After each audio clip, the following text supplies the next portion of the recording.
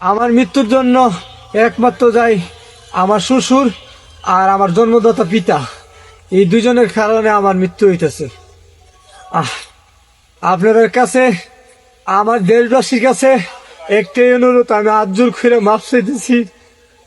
আমার যদি কেউ কোনোভাবে হেল্প করতে পারে, কইরা আমার বাঁচান, এখনো সময় আছে। আর আপনার সাথে যদি আমি কোনো ভুল ত্রুটি করে থাকি, যদি কোনো অন্যায় অপরাধ আমি কইরা থাকি, আল্লাহর হস্তে আপনারা আমার মাফ করে দিবেন।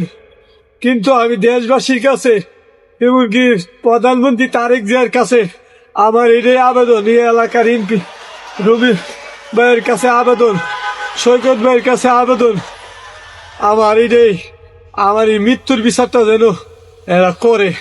আপনাদের কাছে আমার এইটাই বিচার, আর কিচ্ছু আমি চাই না। আমি জানি না এটা কার মায়ের সন্তান, তবে আপনার কাছে ভিডিওটা ভালো লাগলে শেয়ার করে দিতে পারেন, আর আপনার মূল্যবান মতামত কমেন্টে জানাতে পারেন।